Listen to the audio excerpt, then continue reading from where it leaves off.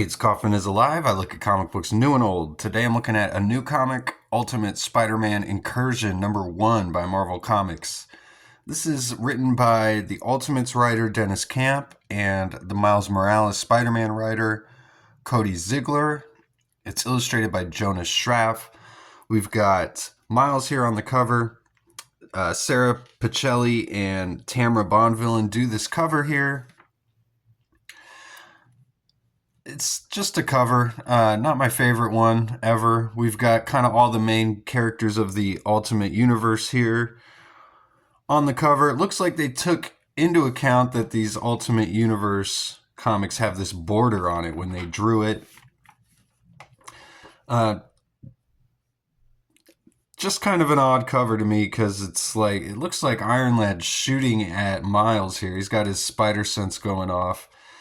Only Spider-Man and Miles and Iron Lad actually show up in this comic book too. And they all kind of just look like drawings from like different drawings kind of put together here. So not my favorite cover or anything. But in this issue, we get all caught up onto what Miles is going through. He's pretty optimistic. He knows he's got some fuzzy memories about his past life in the Ultimate Universe, but he can't quite remember all of that.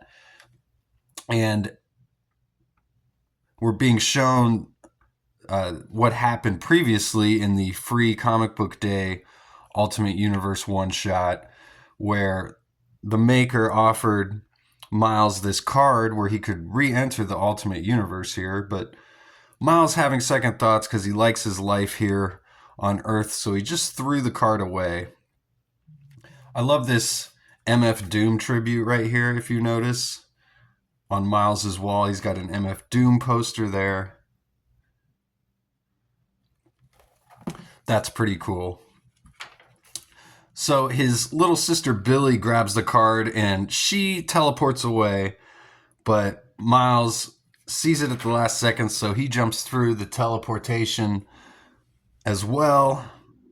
And we see Billy here winding up in some unknown spot. And most likely the maker saying, "My, you look to be a far way from home, little one."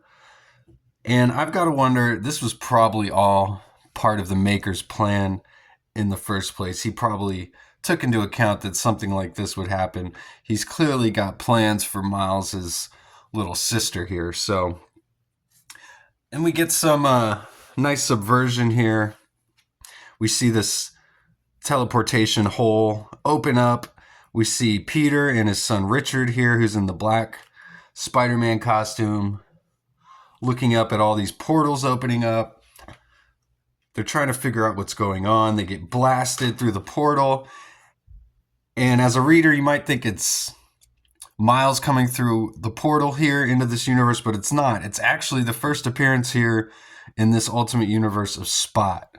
And this was really cool. Did not expect this.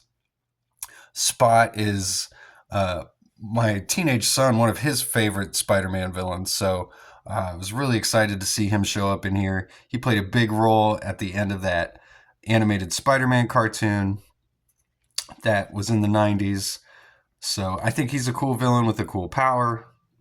Kind of a funny villain, but they get into a nice fight here with him.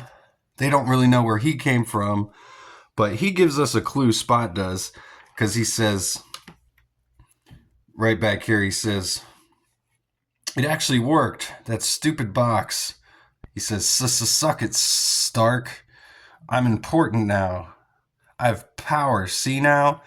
So he obviously got a hold of one of Tony Stark's like hero boxes that he was handing out to all these heroes to try and get them to become superheroes in this universe, showing people like Peter Parker that they were heroes in another universe. It worked on Peter. It hasn't worked on everybody, but it looks like Spot here was able to get a hold of one, and it turned him into who he is in the 616. So, but Miles shows up, and he makes quick work out of Spot. He really impresses Richard Parker here, and he actually names Richard Parker Venom here because he asks if he is Venom, And of course, Peter and Richard have no idea who Venom is. And he says, no, but that's not a bad name, though. And Miles says, wait, no, I take it back, realizing what he's doing here. And Richard's like, too late. My name is definitely now Venom. So there you go. We get Venom named here. And also, a little bit earlier here, Miles also named Spot, who, of course, Spot didn't know he was named Spot, but he decides that's a cool name, so he's going to take up that moniker too. So we get Miles kind of accidentally naming both of these characters here. Richard thinks Miles is pretty cool. He likes his powers. He can tell by his voice that he's about the same age. And this kind of goes on for a few pages. Peter doesn't seem as impressed with Miles. He's saying like, well, you know, he's got more experience than us. So, you know, your dad's a pretty cool Spider-Man too. Like I said, this goes on for a few pages. Spot comes back. He hasn't had enough, and Miles just puts him down again. So we get the Illuminati here. They've been notified that there's been this incursion into their universe from some sort of teleportation. They know that it's from the Maker's technology. They wonder if it could be the Maker or some great weapon he left behind or a message, they say. They're trying to figure out what's going on, but whatever it is, they all want it. So we've got the Ultimates as well, have also seen that this incursion just happened. So they're going to send out Janet Van Dyne and Hank Pym to go try and find this Spider-Man.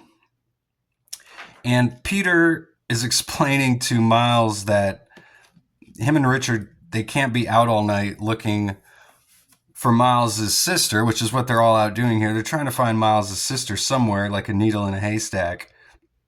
And Peter says they got to go because it's a school night. And Richard's like, it's so embarrassing, Dad. And so they just take off. And keep in mind, this is a young Spider-Man. Well, I mean, he's older, but he's new to being a hero. So, but we've got a very experienced Miles here, and he's not going to give up. He's going to stay out all night looking for his sister, obviously. But I thought it was kind of weird how Peter just kind of ditched him. They're like, well, we've been out here long enough. We got to go. So Miles, he goes back to his old house. He sees that it's actually a completely different building and his family's not there. And he's kind of realizing in this universe, they don't even exist. And he says, ouch.